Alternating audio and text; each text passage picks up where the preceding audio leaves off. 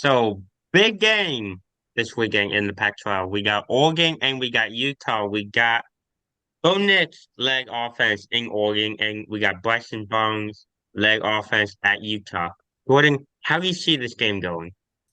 All right, so to start off, this is a huge game, right? It's an elimination game in the Pac-12 because both teams have one loss. Well, maybe not an elimination game in the Pac-12, but elimination loss for the playoff. I say that because the Pac-12 is a huge just gauntlet. In my opinion, everyone's gonna beat each other up. But let's break this down a little bit. Oregon is scoring 47 points a game. Their offense has been tremendous this year. I I think the game against Washington was their lowest scoring game of the year, if I remember right. And that's actually their lone conference loss of the season. They were just they're coming off a win against Washington State, where Bo Nix outplayed Cam Ward in the where he outplayed Cam Ward, and Oregon's defense is actually allowing 17 points a year, which is really or 17 points a game rather, which is really impressive in the Pac-12, right? Where you have all these high-flying offenses. They've played Colorado, held them to 6 points, if I remember right. Um, they play USC later on in the year. They play UCLA, I believe. I'm not sure about that, but this game is definitely a one to watch. It's at Utah, so definitely there's an advantage there. But I think the Ducks have the upper hand. Evan? Yeah, so this Jordan is right. This is make or break technically. And we were just going over the playoff possibilities for Utah. I said the one path for two teams in the Pac-12 is if Utah wins out and Washington State, or excuse me, if Washington only loses one, that's their only potential path for two teams. So this is win or go home. If Utah loses another game, they're done, and if Oregon loses another game, they have two losses, so they're likely done too.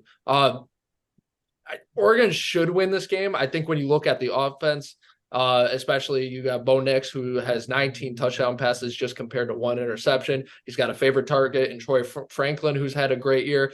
And of course, the Oregon defense, I did not know about that, is only allowing 17 points per game in college football. That is pretty darn good with all the scoring that goes on. And then Utah, Bryson Barnes, their quarterback, just not getting it done enough. He's got four touchdowns to three interceptions, about 600 yards passing. Not enough on the running game. I think their highest rusher isn't even at 500 yards yet for the season. And then, so they've kind of stuck around. Yes, they scored 34 points last week against USC, but Oregon's going to be a little bit tougher of competition as we've seen.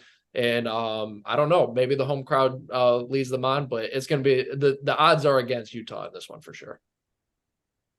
Yeah, after the first drive of the game, after the first drive of the season, everybody was hyping up Utah. That big pass from Bryson Barnes to Money Parks for a touchdown pass against that Florida defense. That Florida defense give credit to, but you know, they have a couple of losses this year, and they're not really that good. Now turning sides to the Oregon offense, led by Bo Nix as Evan mentioned, 19 touchdown passes to one interception. They got that leading wideout, Troy Franklin, and they got Bucky Irving in the backfield. I think Oregon takes this one. I don't think Utah has that much of a chance. Great win last week against USC, in USC, but I think Oregon takes this one. And Jordan, I just want to mention you were correct on that. That was Oregon's lowest scoring game of the season against Washington. Okay, 33 points. So that tells you how explosive this Oregon offense can be, where 33 points is their lowest scoring output of the season. I believe there was actually a game that Oregon scored 81 points in their season opener. I believe it was Yes. Portland State. All right, Yes, and then Portland State came back the next week and scored 95 against North America. Yes. that's that's absolutely crazy. Score prediction Wait, there's time. a college named North America. I didn't. That's There pretty. is a college named North America. It's like Division Two, I believe. All right, score prediction time, guys. Evan, what you got? Yeah, score prediction in the Pac-12, they're known for their fluky games. If you saw Washington last week, they were struggling for a while, so you never know, right? But I think when you say 81 points against Portland State, blowing out Colorado, Oregon has proved when they're the better team, and Utah's a good team, but Oregon is probably the better team here, that they're going to go out and win, and they're not going to play around. So give me Oregon 30-10. Jake? Yeah, I kind of claimed Oregon as my third college football team. Oregon had 11 soon, so watch out for that. Um, yeah, like I said, I don't think Utah stands a chance in this game. I think the Bo Nix led offense in Oregon is too explosive. Give me Oregon 30-10. I'm going right along with Evan.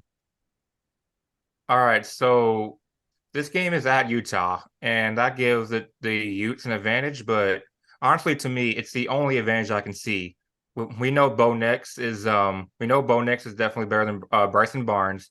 We know the Oregon defense is better than Utah's defense, right? However, we do see these crazy things happen. I think the game was a little closer than both of you predicted. I'm gonna go with the Ducks to win this one 35-27.